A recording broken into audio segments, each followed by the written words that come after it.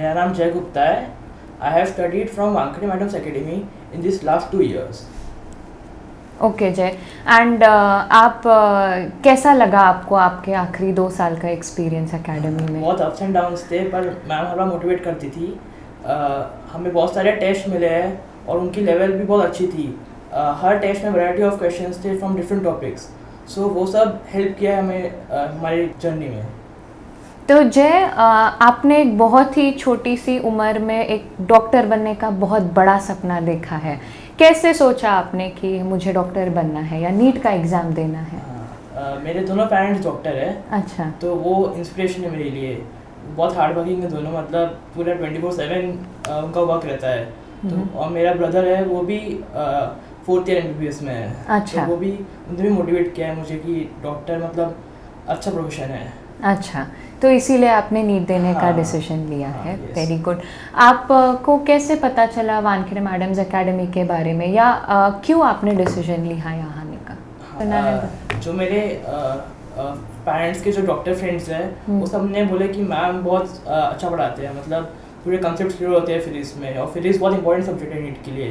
अगर वो अच्छा रहा तो फिर केम बायो तो हो ही जाता है अच्छा। अच्छा। और केम बायो भी बहुत अच्छा था यहाँ का, तो फिर उनके हिसाब से मैंने यहाँ पे ज्वाइन करने का डिसीजन लिया है। अच्छा, तो आज आपको यहाँ आके कैसे लग रहा है? आप रोज़ क्लास में आते थे तब आपको टेंशन रहता होगा कि कैसा होगा, क्या होगा।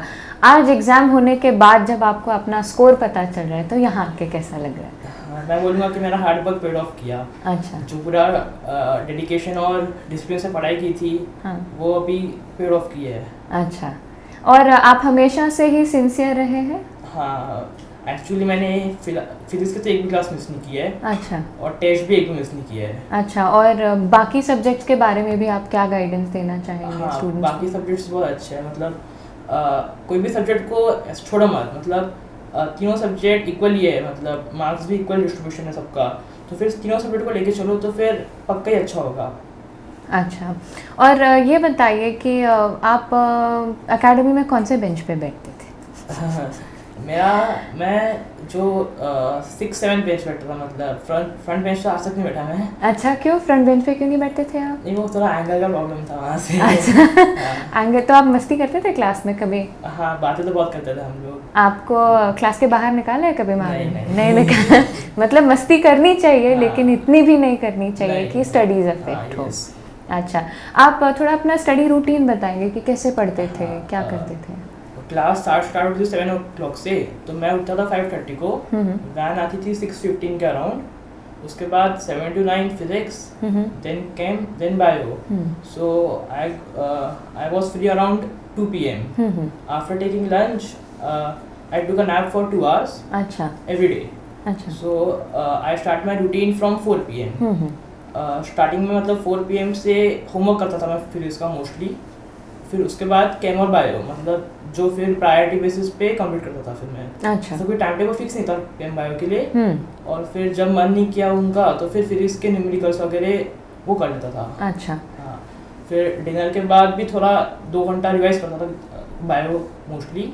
और फिर अराउंड 12 में सो जाता था। अच्छा, पर आप वो 2 घंटे का नैप रोज लेते थे? वो फिर मतलब फिर मैं लॉन्ग तक उसको नाइट में पढ़ सकता था इसलिए। हाँ, इट इज़ इम्पोर्टेंट कि आप थोड़ा अपने आप को रेस्ट भी दे, ताकि आपकी पढ़ाई अच्छे से हो। बहुत हेक्टिक शेड्यूल था ना सुबह का, इसलिए फिर नैप लेता था मैं रिफ्रेश होने के लिए। ओके, तो जय, आपने टॉप किया, आप क्लास में भी अच्छे स्टूडेंट थे।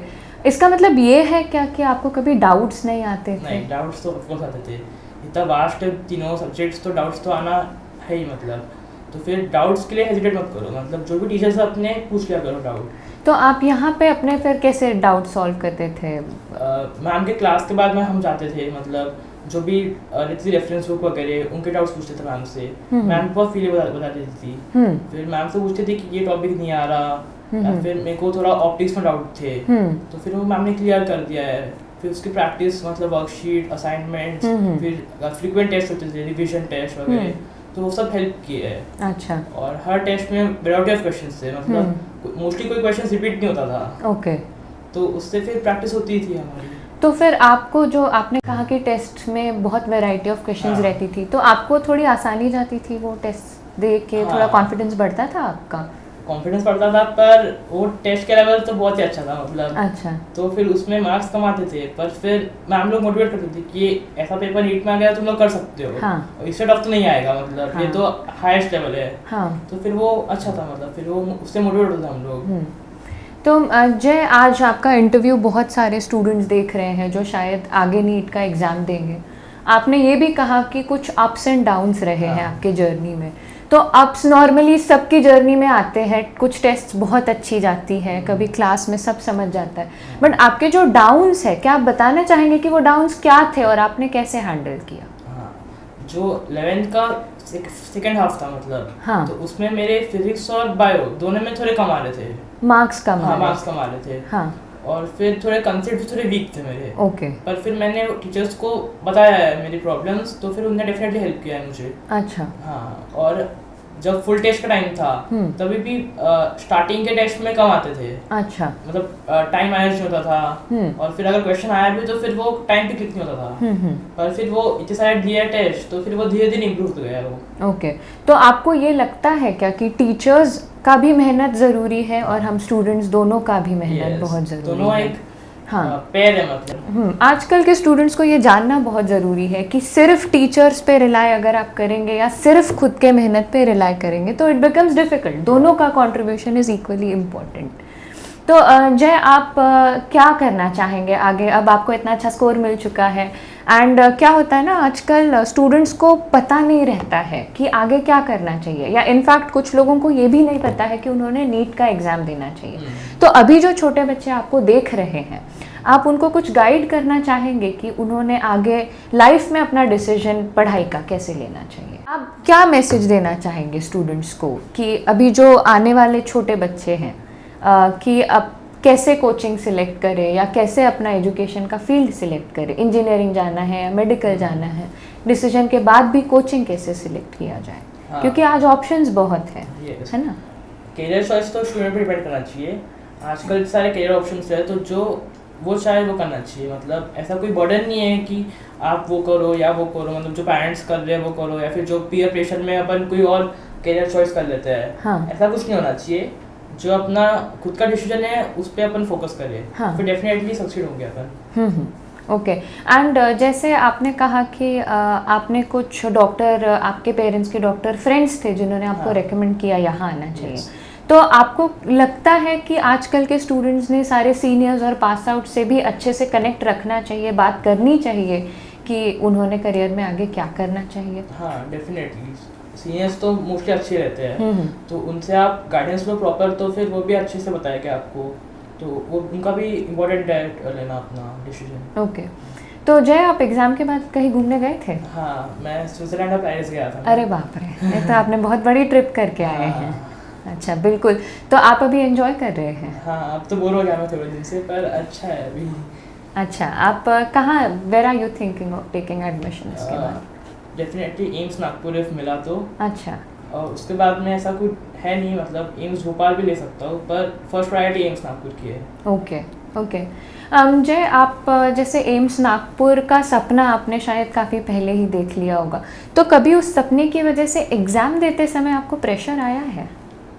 हाँ, प्रेशर आना तो नेचुरल है। हाँ। पर फिर उस पर मैं मतलब ऐसा नहीं कि यही सोच के अपन कुछ ना करें, मतलब प्रेशर आया तो उसको ओवरकम करो, मतलब हार्ड वर्क करो, और ठीक है। मतलब जब आप एग्ज़ाम दे रहे थे तब आपको प्रेशर फील हो रहा था? हाँ, एंशियस होना तो नेचुरली है, तो पर ऐसा धीरे धीरे जब बायो सॉल्व किया तो फिर लगा कि नहीं ठीक है, हो जाएगा। फिर कैम भी ईजी था इस बार का, तो फिर वो पूरा टाइम मैनेज बराबर हो गया मेरा इस बार। Okay, very good. आप अगर समराइज करोगे आपका success Mantra for upcoming students, तो आप उनको क्या बताओगे? कोई भी चैप्टर वाइज टेस्ट मत करो। हाँ। क्योंकि वो भी इम्पोर्टेंट है, मतलब अगर वो अपने वीक टॉपिक्स को इम्प्रूव करने के लिए बहुत हेल्पफुल है। वो ग्रिप करते हैं, मतलब जो भी टॉपिक्स से अपने ग्रिप हो जाती है। फिर डाउट्स तो ऑफकोर्स पूछिए टीचर से, तो वो लोग पक्का हेल्प करेगा आपको। फिर फुल टेस्ट दो, उससे स्पीड इम्प्रूव होती है, टाइम मैनेज होता है। ये आपका सक्सेस मंत्रा रहा है फॉर ऑल 2 years। आपने नीट में तो बहुत अच्छा स्कोर किया ही है, बट आपका जेई का भी स्कोर अच्छा आया है। हालांकि यहाँ पे आपने फिज़िक्स केमिस्ट्री का प्रिपरेशन किया, यहाँ पे अपने मैथ्स का प्रिपरेशन किया है, क्या आप बताना चाहोगे कि how did you manage to excel in both of the exams? मैंने जेई दे दी थी ऐसी, मतलब प्रिपरेशन चेक करने के लिए, तो फिर मेरा फिजिक्स में एक क्वेश्चन रॉन्ग गया था। अच्छा। और मुझे 99.5 परसेंटाइल थे। केम में भी केम में 99 परसेंटाइल थे, और ओवरऑल परसेंटाइल मेरा कुछ तो भी 97.45 के आसपास था। तो आपको सिर्फ यहाँ नीट के प्रिपरेशन के बेसिस पे ही इतना अच्छा स्कोर आया है? मैंने ऐसे दे दी थी JEE. That is very excellent Jay. And आप शायद मुझे लगता है कि आपको जो चीज़ काम में आई है वो आपका थरो प्रिपरेशन, एंड आप जो फ्री माइंड से गए थे जेई का एग्जाम देने। प्रेशर तो कुछ नहीं था। एंड आप अगर अपनी अचीवमेंट का क्रेडिट किसी को देना चाहोगे तो? Definitely teachers, my parents, my brother also help me, my friends were very nice, they were all supportive. Okay, तो आपको लगता है कि आपके friends they play a very important role in your success? Our group was very nice, we had healthy competition, मतलब हम लोग तो बायो की क्विज देते थे मतलब फ्री टाइम में, कि उससे मेमोरी शार्प हो हमारी। फिर इसके फॉर्मूले वगैरह, और कभी कभी बेट लगाते थे कि जो फर्स्ट आए वो पार्टी देगा। अरे वाह, तो सब इम्प्रूव के, मतलब फिर हम सभी अच्छे हो गए। तो आपने वो 2 साल यहाँ पे अपने फ्रेंड्स के साथ पूरा, you had a fun time with studies? Okay, very good Jay, we are very proud of your achievement and many congratulations. पूरा आपको वानखेड़े मैडम्स एकेडमी का team wishes you all the best for your future, and rest assured we are always here for you.